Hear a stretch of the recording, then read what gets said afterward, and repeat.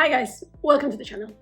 Today I would like to share with you my 5 lessons from a fantastic book called The Psychology of Money by Morgan Housel. I've been waiting a really long time to read this book because it was not available on the application that I normally use to rent books. I have this application called Libby, which is an application on your phone. You can download it, and what you need to do first is to sign up in your local library, and then once you sign up to the library, you can connect your card to the Libby card, so to this application. All the books that are available in the library online, they're going to be available on your phone. So what you can do there, you can borrow those books and then return them once you finish reading them. Normally you can do it for I think 3 weeks. You can borrow them for 3 weeks, and after that you just return them, and it's as if you borrow the book from your local library and you return it after a certain time. Also, what's the most important is here that you can place a hold. So if the book is not available because people are waiting in a queue, you simply just press a button, place a hold, and once the book is available, you're going to get notification that the book is ready, so you can borrow it. I've been waiting for this particular book for several months. I think I placed a hold in summer last year, so 2022, and only towards the end of January or February, I only managed to borrow that.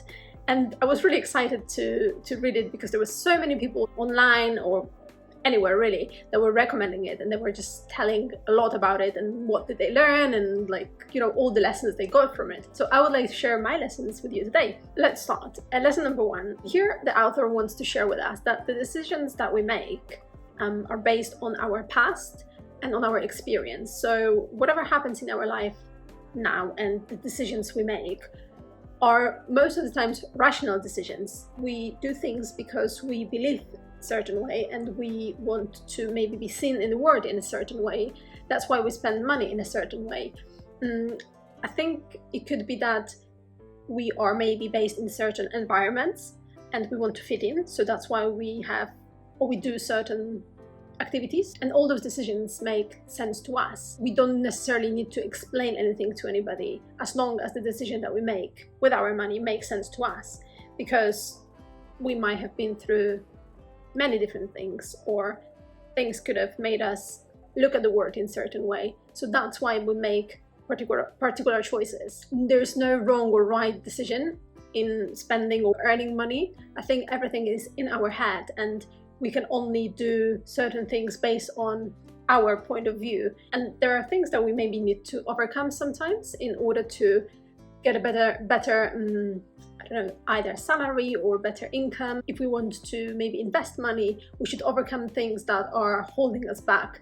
And that's one of the most important lessons from the book for me. Lesson number 2. How much money do we need to have in order to say that we have enough? Where is this bar? Where's the goalpost? I do believe that it is fantastic to be able to earn money, to make money, to run businesses, to maybe help your family or help yourself, a local community or a different charity. This is, I think, a fantastic job that people do. However, how often do we think about where is our goal? Where is this final stop? Where are we going to say that's enough? Or are we still going, are we going to keep moving the bar even higher and higher? Quite often the problem here is social comparison, because maybe if people around us were on the same level as us, we would think, okay, so we fit in here and this is our environment and this is how much money we want to have, so we are pretty happy with what we've worked for. However, if we think that maybe we aspire to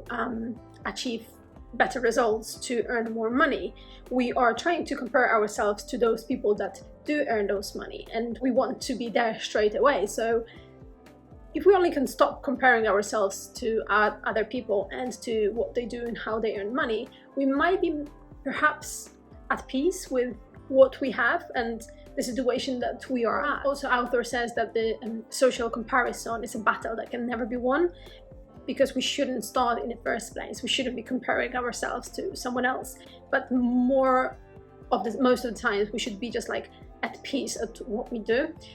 It is quite an important lesson for me, because looking at others and wanting to achieve more and more, it makes me feel like, it makes me wonder whether those goals are my real goals and whether this is what I really want to achieve, or am I just comparing myself and seeing others as high achievers that maybe earn more money than I do, and I really want to aspire to that.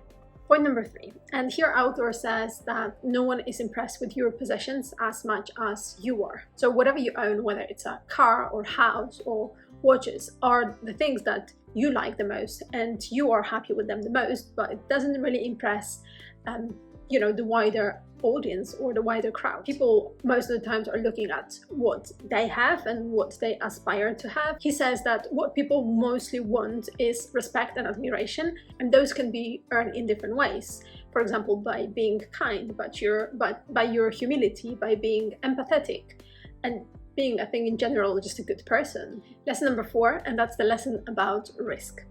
So what the author is saying that there are not many things in life that are worth risking. For example, family, friends, freedom, love, independence. Those are the things that you want to be in charge of. You don't want to risk them. You don't want to put them on the scale when you can actually lose something. No matter what the potential gain is, whether you're going to earn a lot of money, those things are the most important and they should stay sacred, really. Also mentioned that there is no need to risk what you have and what you need for what you don't have and what you don't need. And lesson number 5, and that's a lesson about surprises. We all know that our world is very surprising and that things happen without the reason. And the author wants to warn us and say that over the last years, they have always been something that was happening. Whether these are wars or a pandemic or maybe a global crisis, we can be certain that something is going to happen in the future. We just cannot predict whether this is going to happen next year or in 2 years' time or maybe in 10 years. We can be only sure that this is going to happen and we should be prepared for it. We should have this room for an error, or we should be feeling that we are protected. When it comes to money, most of the times we should be doing and making decisions that allow us to maybe accumulate some money so we can feel free in making our decisions when those bad times come. Those are my very short lessons. I think the most important one for me is the one about surprises, because even though I know that things happen in life and things can go bad and something can happen, but I think the last couple of years shown us simply that we haven't been prepared for what happened. We have never been prepared for a pandemic. We have never been prepared for a war. And they did happen. So there is literally anything that can occur at any moment. As this is my first book review, I know that things can be improved. So if you have any ideas or how I can do it better, please share in the comment below. Like and subscribe, and I see you in my next episode. Bye.